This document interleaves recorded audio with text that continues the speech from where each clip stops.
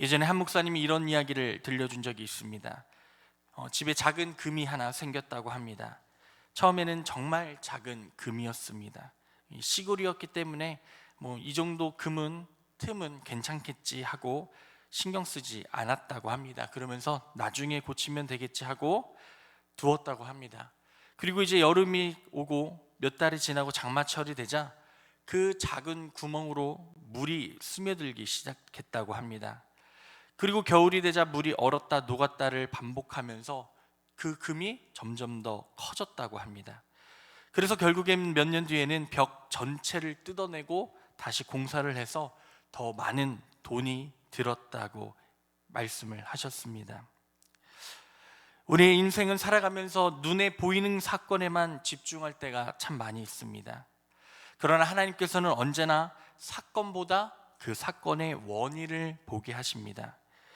오늘 말씀의 본문을 보면 압살롬이 암논을 죽인 사건으로 인해 왕궁 전체가 충격에 빠지는 모습을 보게 됩니다. 왕자들이 모두 죽었다는 소문이 퍼지고 그 소문을 들은 다윗은 옷을 찢으며 통곡합니다. 그리고 신하들도 함께 울며 슬퍼합니다. 겉으로 보기에는 압살롬의 살인 사건이 오늘의 본문의 중심인 것처럼 보이지만, 그러나 하나님께서 우리에게 보여주시는 것은 단순히 압살롬에 대한 죄의 문제가 아닙니다. 하나님께서는 이 비극과 살인이 어떻게 시작되었는지를 보여주고 계십니다. 사실 오늘 이 사건은 하루아침에 일어난 일이 아닙니다.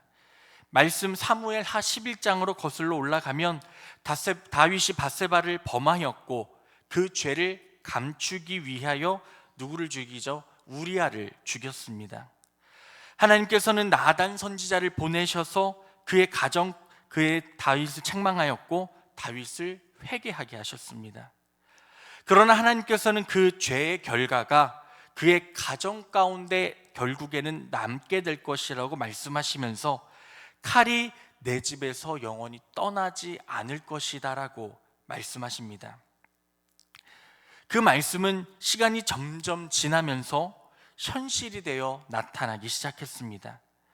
암논이 다말을 욕보였고 압살롬은 그 일을 마음에 품었습니다. 다윗은 분노했지만 행동하지 않았습니다. 아버지로서 왕으로서 해야 할 일을 하지 않았다는 것입니다. 그리고 결국 그것을 보고 참지 못한 압살롬은 암논을 죽이게 됩니다. 오늘 본문은 단순히 압살롬의 범죄를 기록한 말씀이 아니라 우리의 죄를 방치했을 때 어떠한 결과가 나타나는지를 보여주시는 말씀입니다. 그리고 동시에 하나님께서 죄를 어떻게 다루시는지를 보여주는 말씀이기도 합니다. 이 새벽 하나님께서 우리에게 주시는 이 교훈을 통해서 다시 한 번 더 우리의 죄를 깨닫고 회개하는 은혜가 있으시기를 주님의 이름으로 축복합니다. 그래서 오늘 본문 30절은 이렇게 말씀합니다. 함께 읽어볼까요? 우리 30절 말씀입니다. 그들이 길에 있을 때에 압살롬이 왕의 모든 아들들을 죽이고 하나도 남기지 아니하였던 소문이 다윗에게 이르매. 이 말씀을 보면 다윗은 매우 충격적인 소식을 듣게 됩니다. 압살롬이 다윗의 모든 아들들을 죽였다는 것입니다. 그러나 이 소문이 사실이었습니까? 아니요, 사실이 아니었습니다. 확인되지 않은 소문이었습니다. 그러나 다윗은 그 말을 듣자마자 옷을 찢고 땅에 엎드렸습니다. 왜냐? 그만큼 그 소문이 다윗에게 있어 큰 충격이었다는 것입니다. 그런데 왜 다윗은 사실을 확인하지도 않고 그렇게 무너졌을까요? 그것은 이미 그의 마음속에 해결되지 않은 문제가 있었기 때문입니다. 그는 암논의 사건을 알고 있었습니다. 압살롬이 얼마나 분노하고 있는지도 알고 있었습니다. 하지만 다윗은 아무런 행동도 하지 않았습니다. 죄를 처리해야 할 때 침묵하였고 문제를 해결하여야 할 때 외면하였다는 것입니다. 결국에 그 외면과 해결하지 못함이 어떠한 결과로 나옵니까? 오늘의 이 비극으로 나타난 것입니다. 우리 성도님들, 죄는 절대로 가만히 있지 않음을 기억하시길 바랍니다. 회개하지 않는 죄는 시간이 지나면서 점점 자라납니다. 처음에는 작은 거짓말을 하였는데 나중에는 그 거짓말이 더 큰 거짓말을 낳습니다. 처음에는 작은 미움이었는데 나중에는 그 작았던 미움이 점점 더 커져서 용서할 수 없는 증오가 됩니다. 처음에는 작은 상처였는데 나중에는 모든 관계를 무너뜨리는 독이 된다는 것입니다. 사단마귀는 우리에게 늘 속삭입니다. 괜찮다, 이 정도는 문제없다, 나중에 회개해도 된다. 그러나 하나님은 지금도 우리에게 이렇게 말씀하신다는 겁니다. 지금 회개해라, 나에게로 돌아오라. 그럴 때에 하나님의 은혜가 넘치고 하나님의 능력이 넘친다고 말씀하시는 겁니다. 어쩌면 오늘날도 우리 가운데 해결하지 못한 죄의 문제들이 있을 수 있습니다. 하나님께서 우리에게 여러 번 권고하시고 말씀하셨지만 아직도 우리의 삶 가운데 내려놓지 못하는 것들이 있다는 것입니다. 용서해야 하는데 용서하지 못하고 회개해야 하는데 회개하지 못하는 그러한 어눌한 믿음을 주님께서는 이 시간 우리에게 내려놓으라고 말씀하십니다. 그 말씀을 믿고 의지하신다면 이 새벽 하나님께 정직하게 나아가십시오. 십자가의 죄의 문제를 해결하시는 은혜가 있으시기를 소망합니다. 숨겨놓지 말고 내려놓으시기를 바랍니다. 주님께서는 회개하는 자를 결코 외면하지 않으시고 모든 죄의 짐을 벗어버리고 참된 자유를 우리에게 허락하여 주실 줄로 믿습니다.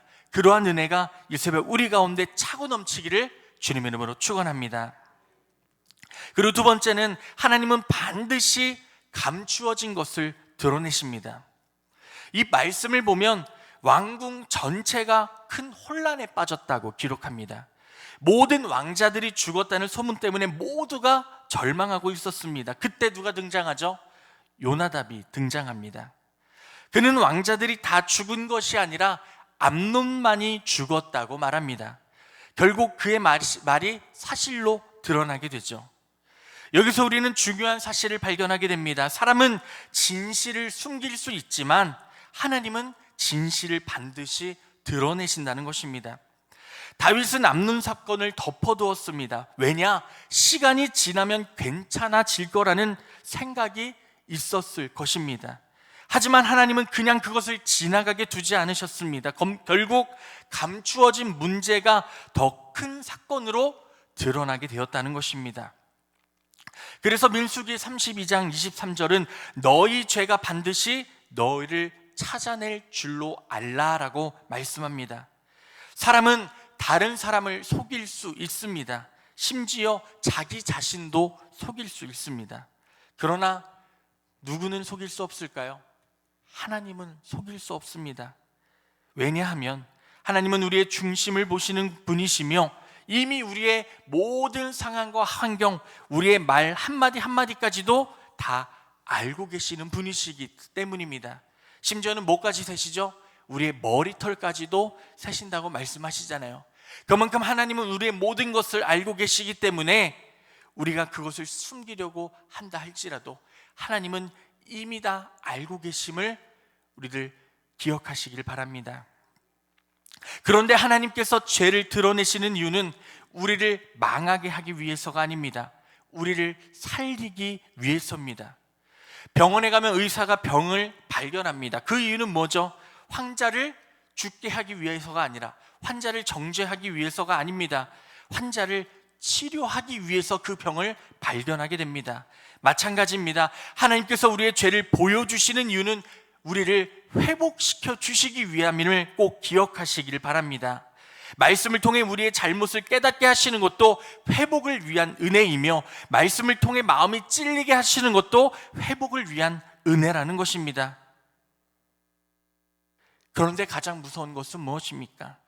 하나님이 그렇게 우리에게 말씀하시고 우리를 때리시고 우리를 만져주시는데 우리의 감각이 무뎌져서, 우리의 삶이 무뎌져서 하나님의 말씀을 제대로 듣지 못한다는 것입니다.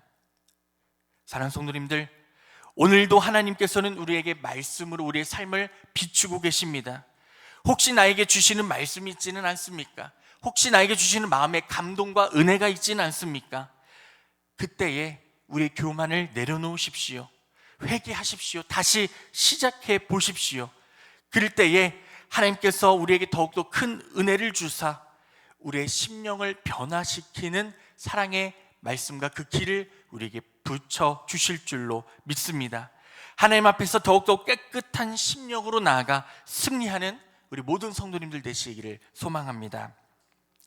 마지막으로 인간의 사랑은 편애가 되지만 하나님의 사랑은 회복을 향합니다. 오늘 말씀의 마지막을 보면 압살롬은 그술로 도망하여 3년을 머물게 됩니다. 그리고 39절은 이렇게 말씀을 하죠. 우리 39절을 함께 읽어보겠습니다. 다윗 왕의 마음이 압살롬을 향하여 간절하니 암논은 이미 죽었으므로 왕이 위로를 받았습니다. 아멘. 다윗은 누구를 그리워하고 있죠? 압살롬을 그리워하고 있었습니다. 무슨 마음입니까? 아버지의 마음입니다. 자식을 향한 사랑이었습니다. 그런데 무슨 일이 있습니까?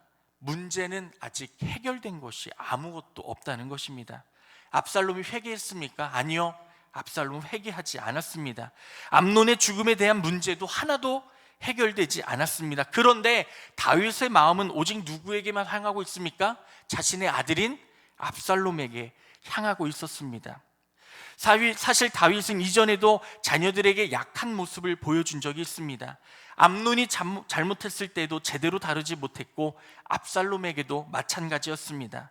이것은 사랑이라기보단 편애에 가까운 모습이었습니다. 사랑은 상대방을 바로 세워주는 것입니다. 사랑은 잘못을 바로 잡아주는 것입니다. 사랑은 때때로 사랑하기 때문에 자녀에게 아픈 말도 해줄 수 있는 것입니다.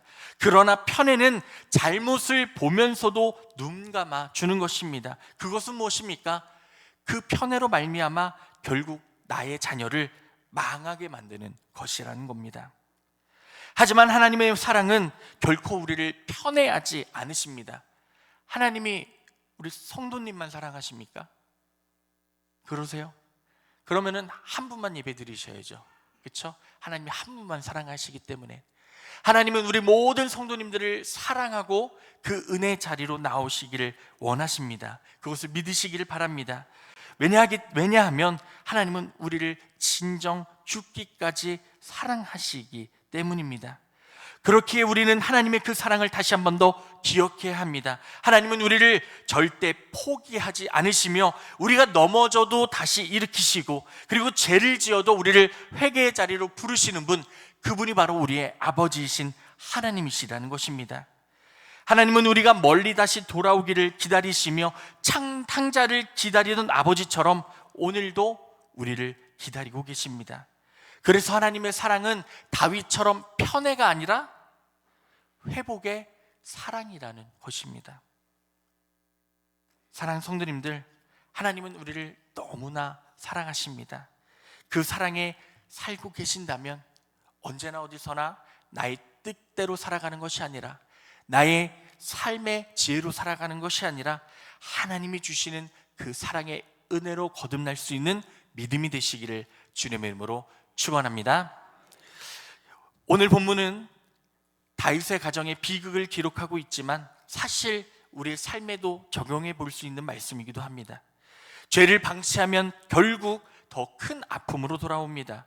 그리고 감추어진 죄는 반드시 드러나게 됩니다. 인간의 사랑은 때로 편애가 되지만 하나님의 사랑은 언제나 우리를 향한 회복으로 나타납니다. 하나님께서는 오늘도 우리에게 말씀하십니다. 지금 돌아와라, 지금 회개해라, 지금 다시 시작하라고 말씀합니다. 우리도 특별히 리모델링 공사가 진행되고 있습니다. 이전 것을 뜯어내고 새로운 곳으로 채워가는 과정입니다. 그런데 하나님께서는 오늘날 우리의 마음에도 리모델링을 원하십니다. 오래된 상처를 제거하고 용서하지 못하는 사람들을 용서하고 숨겨진 죄를 처리하기를 원하신다는 겁니다. 건물이 새로워지는 것보다 더 중요한 것은 우리의 영혼이 새로워지는 것인 줄로 믿습니다. 오늘 이 새벽 하나님께서 우리 안에 있는 모든 죄를 씻어주시고 모든 상처를 치유해 주시고 모든 관계를 회복해 주셔서 하나님이 기뻐하시는 만수교회, 하나님이 진정 원하시는 만수교회, 하나님이 진정 기뻐하시고 이 땅에 복음의 씨앗이 되는 만수교회로 다시 한 번 더 우리를 세워주실 줄로 믿습니다. 그 은혜의 자리 가운데 더욱더 가까이 나아가 믿음의 씨앗을 세우시고 그리고 믿음의 열매를 맺으시는 우리 모든 주님의 자녀들 되시기를 주님의 이름으로 간절히 축원합니다. 기도하겠습니다.